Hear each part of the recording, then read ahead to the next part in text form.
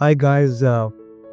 मुझे आज एक बात याद आ रही थी, मुझे लगा आपसे शेयर करता हूँ। कुछ कॉर्पोरेट करियर में जब आप एक सीनियर मैनेजमेंट में या मिड मैनेजमेंट रोल में पहुंच जाते हो ना, तो सबसे टफ डिसीजन सैलरी या प्रमोशन का नहीं होता। कभी कभी सबसे टफ डिसीजन वो होता है जब आप अपनी इनर वॉइस को इग्नोर करके किसी के साथ कुछ गलत करने वाले होते हो।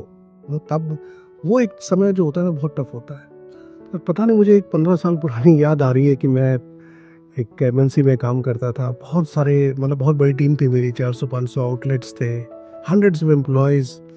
यू नो टारगेट का प्रेशर तो हमेशा ही रहता था। ठीक है।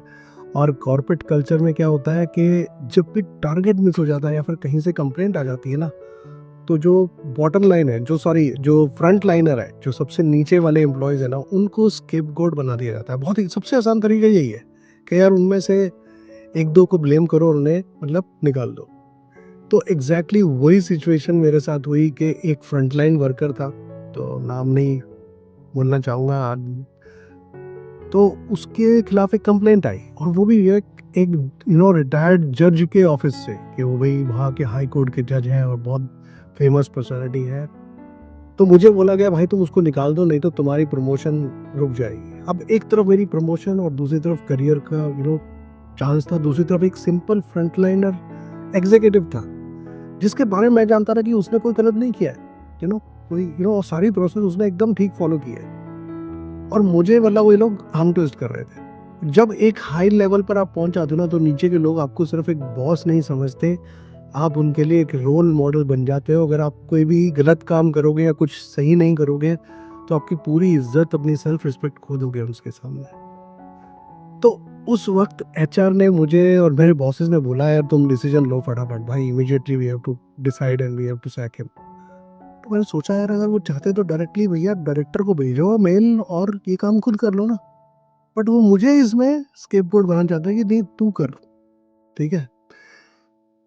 तो मैंने मतलब डिसाइड कर लिया यार कि मैं अपनी वैल्यूज को कॉम्प्रोमाइज नहीं करूंगा। मुझे पता था, अगर मैं अपनी सेल्फ रिस्पेक्ट तोड़ के एक इनोसेंट को सेक्रीफाइस कर दूंगा, तो मेरे दिल की आवाज हमेशा मुझे याद दिलाएगी तुमने गलत किया। और आज मैं प्राउडली कहता हूँ यार कि मैंने अपने वैल्यू सिस्टम को कभी कॉम्प्रोमाइज नहीं किया। फिर भी मुझे ऑर्गेनाइजेशन में ग्रोथ मिली, रिस्पेक्ट मिली, और आज भी मैं बहुत स्ट्रांग खड़ा हूँ। ठीक है। तो और एक चीज समझ लो यार, कर्मा हमेशा इसी लाइफ में ही आपको मिलता है। ठीक है। ऊपर वाला आपको देखेगा, मतलब जो आपने किया है ना, उसको आपको भुगतना पड़ेगा। मैंने अपनी आंखों से देखा है कि जिन लोगों ने गलत करके, गलत डिसीजन लेके, लोगों को सेक्रीफाइस करके अनएथिकल रास्ते अपनाए, उनको एक शॉर्ट टर्म सक्सेस जरूर मिल जाती है, लेकिन आज भी वो सारे स्ट्रगल कर रहे हैं। वही सैलरी है, वही पोजीशन है, वही मतलब स्ट्रगलिंग फेज चल रहा है उनका। सच ये है कि आप पुअर वैल्यू सिस्टम के साथ ना कभी आगे नहीं बढ़ सकते। रियल लीडर्स, रियल सीईओज जो है ना, मतलब जो रियल है, मतलब जो उनकी सबसे बड़ी स्ट्रेंथ उनकी एथिक्स और उनकी वैल्यूज हैं। ठीक है।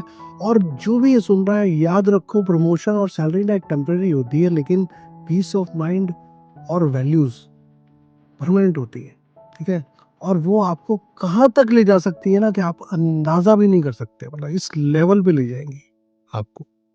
तो हमेशा वैल्यूज और पीस ऑफ माइंड को बहुत ही इंपॉर्टेंस दो आप, हमेशा। Thank you.